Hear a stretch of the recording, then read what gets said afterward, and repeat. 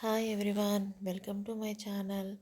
ఈరోజు వచ్చేసి సొరకాయతో చెక్కలు ఎలా చేసుకోవాలో చూద్దాం. నేను రీసెంట్గా సొరకాయ పకోడీ ఎలా చేసుకోవాలో చూపించాను. ఇప్పుడు సొరకాయతో చెక్కలు ఎలా చేసుకోవాలో చూద్దాము. సొరకాయని ఇలా సన్నగా తురిమి పెట్టుకున్నాను. అల్లం కూడా సన్నగా తురిమి పెట్టేసుకున్నాను. పచ్చిమిరపకాయలు సన్నగా కట్ చేసుకున్నాను. కొంచెం జీలకర్ర, కరివేపాకు, కొత్తిమీర సన్నగా కట్ చేసుకొని పెట్టుకున్నాను. నేను ఒక బౌల్ రైస్ ఫ్లోర్ తీసుకున్నాను. ఒక ఈ బౌల్కి హాఫ్ బౌల్ శనగపిండి తీసుకున్నాను.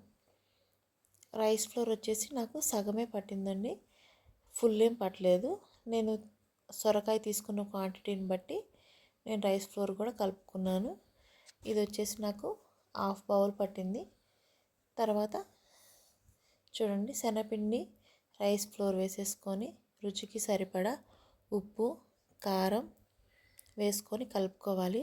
మనకి సొరకాయలో వాటర్ ఉంటుంది కాబట్టి మనము దీంట్లో ఏం వాటర్ యాడ్ చేసుకోకుండా చక్కగా కలుపుకోవాలి. సొరకాయలో వాటర్ ఎక్కువ ఉంటుంది, ఆ తడికే సరిపోతుంది. ఈ పిండి అంతా చక్కగా కలిసిపోతుంది. ఈ విధంగా చక్కగా కలుపుకోవాలి. ఇలా కలుపుకొని మనం ఒక 5 మినిట్స్ పక్కన పెట్టేసుకున్నాము అంటే కొంచెం దాంట్లోంచి వాటర్ అనేది కూడా వస్తుంది. ఆ తర్వాత కూడా చూసుకొని రైస్ ఫ్లోర్ పడితే కలుపుకోండి. మరీ వాటర్గా ఉంటే లేదు అంటే అలానే డైరెక్ట్గా వేసేసుకోవచ్చు. నాకైతే కొంచెం వాటర్గా వచ్చింది. నేనైతే కొంచెం రైస్ ఫ్లోర్ కలుపుకొని కొంచెం గట్టిగా కలుపుకున్నాను. మరీ ఎక్కువ వాటర్గా ఉంటే ఏంటంటే నూనె ఎక్కువ తీస్తుంది.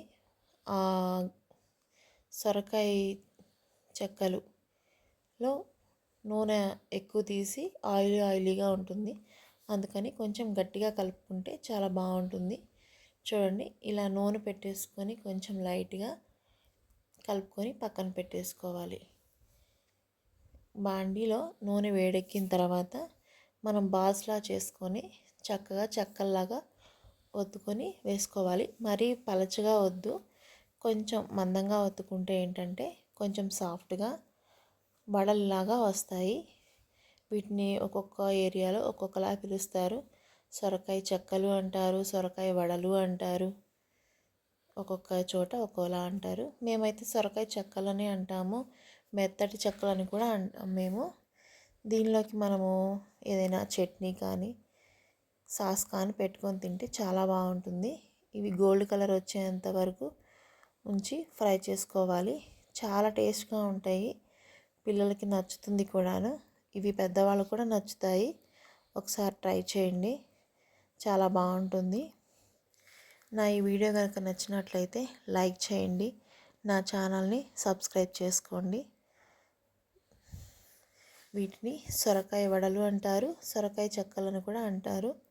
చూడండి, ఎంతో టేస్టీగా సొరకాయ వడలు రెడీ అయిపోయాయి. చాలా బాగుంటాయి, కొంచెం సాఫ్ట్గా కొంచెం క్రిస్పీగా బాగుంటాయి. ఎవరైనా ట్రై చేయని వాళ్ళు ఉంటే ఒకసారి ట్రై చేయండి. టేస్ట్ అయితే చాలా బాగా వచ్చింది. మీరు కూడా ట్రై చేసి ఎలా వచ్చిందో కామెంట్ రూపంలో చెప్పండి. Thank you.